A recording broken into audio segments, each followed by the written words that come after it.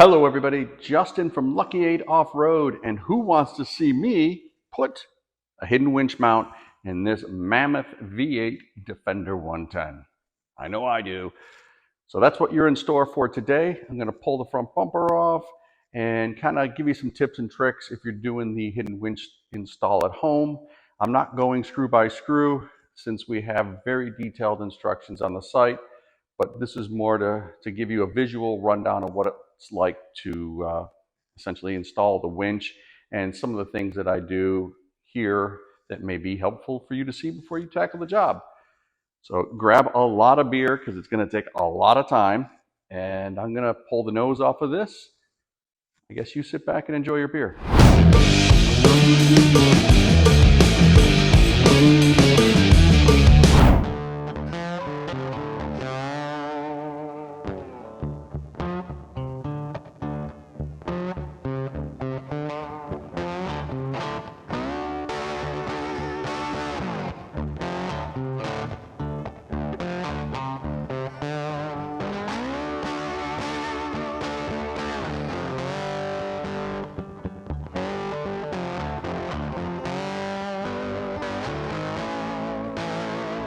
All right, time for some tips. The front grille section, I did a whole video on how to pull that off where we install the LED light.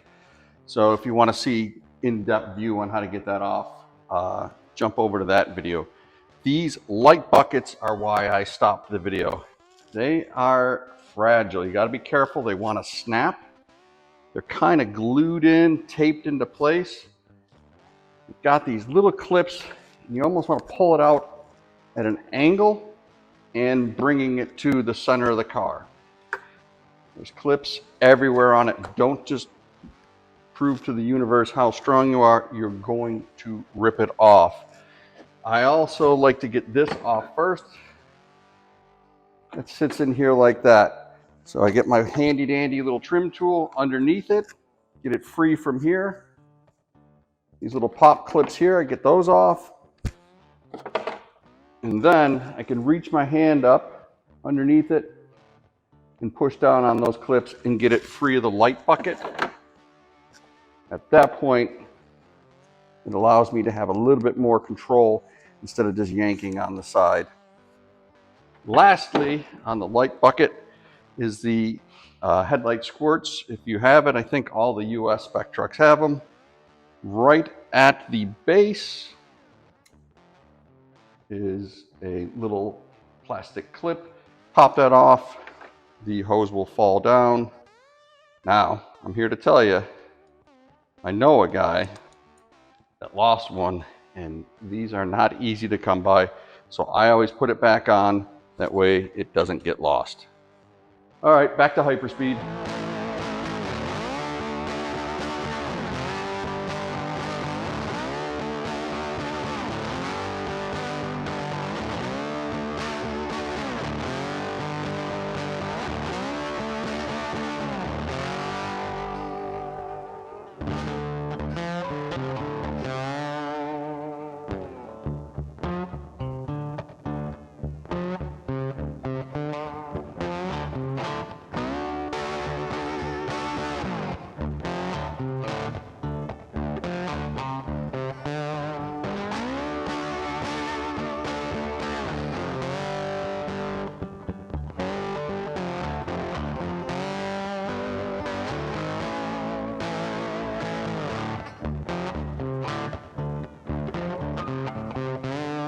As I get closer to pulling the bumper off, it's really good to have one of these joggers to set it on, because you don't want to scuff the bumper up. I always leave this one in the top there, make sure the whole bumper is loose, and then take it off. On the driver's side over here, the left-hand side, there's two connectors we want to get off. One's for the front camera, and the other one's for all the parking assists and whatnot in the front. And there's one bolt that I take off to help the bumper cover come free. I'm going to bring the camera in and let you see that. All right, on the corner of the bumper, right next to this little tab, is a 10 mil head bolt. I like to back that down a little bit so that it makes the bumper flex. a little bit more and easy to pop off. And then down here's the two wiring connections. You can just pull them out, release, and the same thing. I'm gonna use two hands on that because it's the fiber going to the camera. You wanna get those free, get them free from the bumper right here, set them aside. The rest of this harness can stay. There's no reason to move that.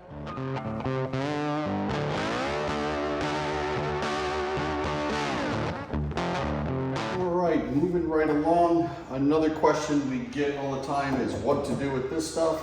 This stuff goes in the bin. If you are doing a genuine winch install, this stuff goes in the bin. There is a electrical connection over here that goes to the little damper motor.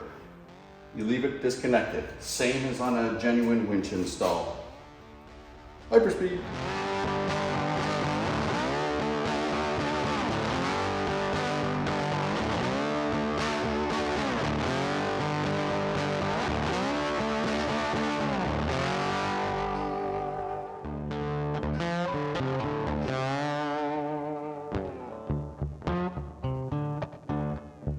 Once you get the front off and all the bolts and this and that, you're going to take the front core support, the front crash bumper off.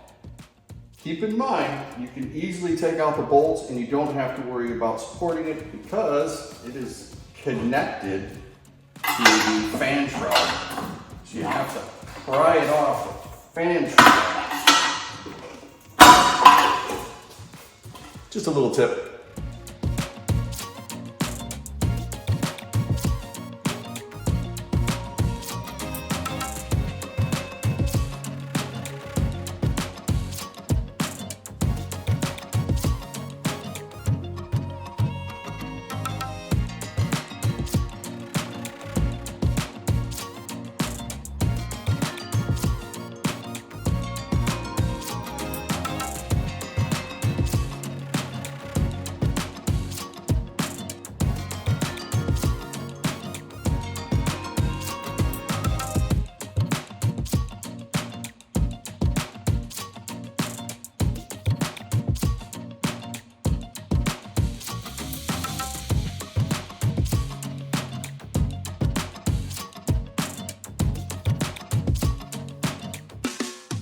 Another thing you're going to want to pay attention to as you're doing the install, I've got the winch cradle in somewhat snug but not totally tight yet, and I've got the lower brackets here. I run them up into the winch first, leaving it loose, because if you tighten it all the way, then you can't get the lower bolt. Same with the lower. If you put the lower bolt in, you won't be able to reach the winch. The cradle is designed to constantly have tension on the lower subframe, so as you're pulling on the winch, you'd want the winch to be on the main frame and also pulling on the subframe equally. We didn't want any slop in there. So that's why it's a little bit difficult. Start them and then tighten them up gradually back and forth and you'll have it.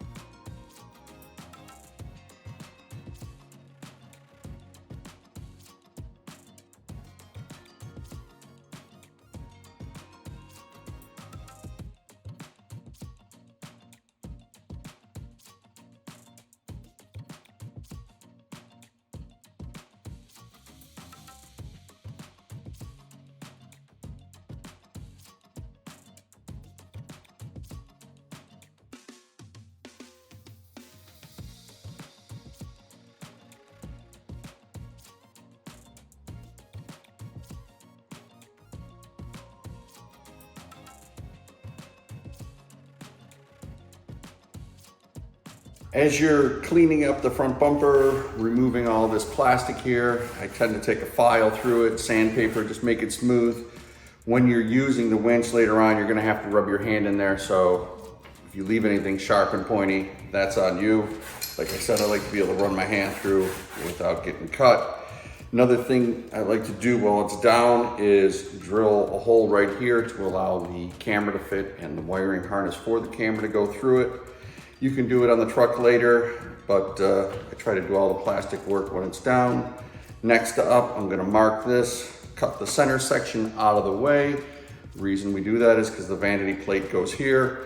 On the US spec trucks, there's a fan and a cooler, and we had to move the winch forward. I think on some of the rest of the world Defenders, the cooler and everything was a little further back, so you could almost just letterbox the front bumper.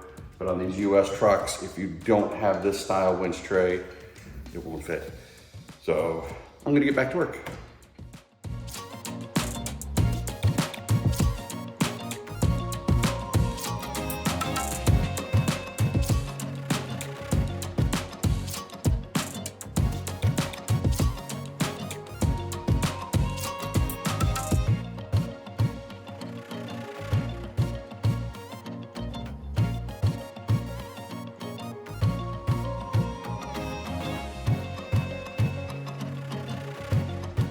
The front bumper is now ready to be test fitted, but there's a couple things I want to point out.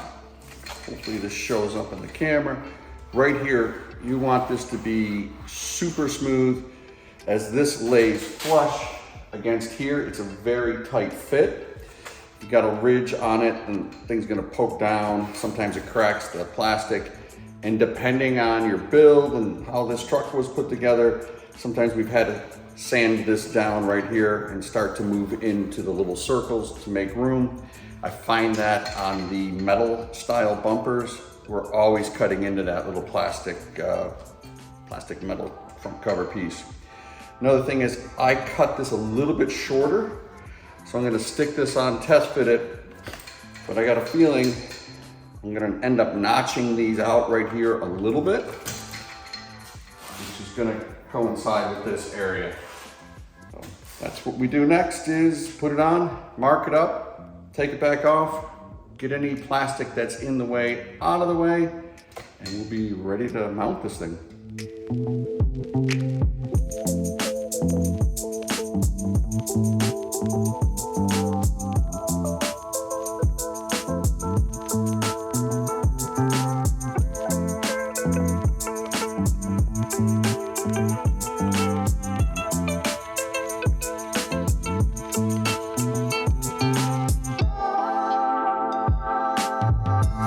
Quick recap, from here to the center is 20 3/4. You can double check it from the other side, and then we're 1.5 inches up from here, from the bottom to the center. It is a, should know this, but I keep it in my special case, 11/16 drill bit. A little big to start with, so I'm just gonna start with a pilot drill bit, drill this out, flip it to the back side, mount the camera. We're getting close.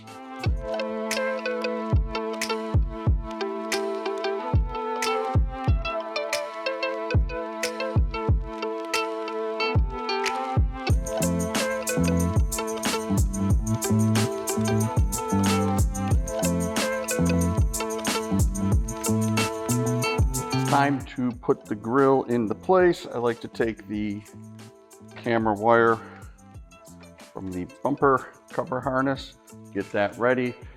Also, because I'm paranoid, I throw some duct tape on top of the double-sided sticky tape, giving me even more of a contact patch. Time to put it on. With the grill in place, I went ahead and spooled up the winch rope. Obviously I had to wire the winch to do that. You know what? I'll bring it in, I'll show you a little wiring trick that I do to help you guys a little bit. So let's bring that camera in and have a look. I tend to zip tie the main wire feed around this outer wing area. On the V8, it's a little bit tough because of the extra air box. Normally I bring the wire on the 4 and the 6 under the headlight and catch it. but because the air box is here on the 8, I'm going to catch it on the outside. Bring it right along. The ground normally comes up under the air box, but in this case I had to bring it around here, and I always grab this main ground terminal. If you have other things you need to ground, there's little hidden ground lugs on the body right there. Here's the important part. The auxiliary ports. Keep in mind that is 100% 12 volts, 14 volts live at all times. There's a lot of metal around here. When you go to tighten this bolt down, don't touch the strut, don't touch this strut. Be very, very cautious tightening these down. Thankfully, this piece right here is plastic, so if you do bump that, you're okay. But again, metal everywhere. Double be careful, because you can weld your wrench to the car, or even worse, start it on fire. It's really starting to look like a winch install here. Last thing to do is get the vanity plate on and your fair lead, and in this case we're doing the ultra hook on this one. So the top of the vanity plate has a little relief in it. The bottom is straight all the way across. That's just give you a little bit of extra room, reach into the winch. This is how I install the park distance sensors. Remember we pried those off earlier? There is a little notch on one side. The park sensors have a notch on the outside. They line up only one way. You can't put them in the opposite way, so pay attention to when you're doing that. I also will duct tape these down just to make them extra sticky. Pretty much that's it. It's way easier if you've got 2 people, because then somebody can help you get the bolt in as you put the vanity plate on like so and align the park sensors. But I'm going to struggle through and get her done.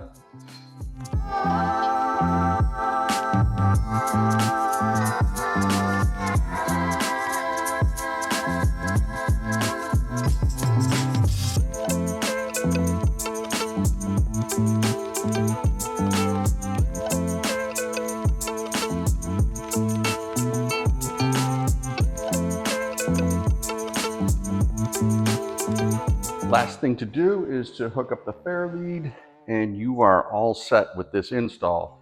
If you're doing the stealth grill, I'm going to show that next. If you're not, congratulations, go have some beer. You 100% deserved it. For the rest of you guys, I'm going to show you how to install the stealth grill.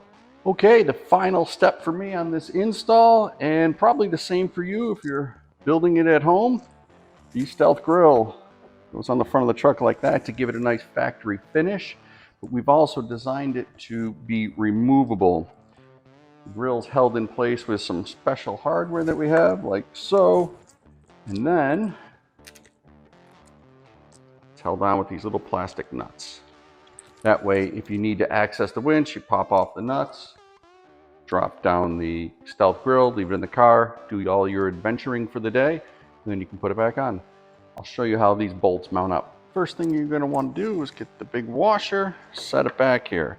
Now, I apologize because I should have shown you this, but there is plastic here that gets in the way. You can force it. I've done it, but the right thing to do is to get rid of all the plastic in this area, kind of grind it out of the way, similar to what we did with all of this plastic here.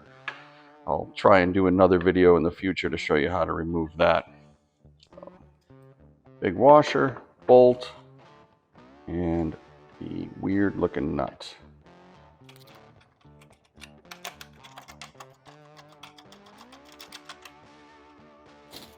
Next up, I get a pair of needle nose pliers, or any pliers, but I tend to use needle nose, and then I tighten this bolt down, get this super tight.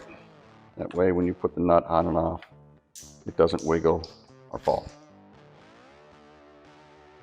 I know I said tighten these super tight, not super tight, no ugga-dugga is needed.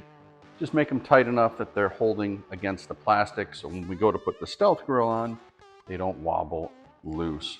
And that's it. We're going to finish this job up. We're going to throw this grill on. there you have it. This truck turned out beautiful. The winch is installed, the sensors work. I checked the camera to make sure I didn't install it upside down. That's it. I am going home. This is definitely at least a 6-beer job. And on that, I'll see you guys on the next one.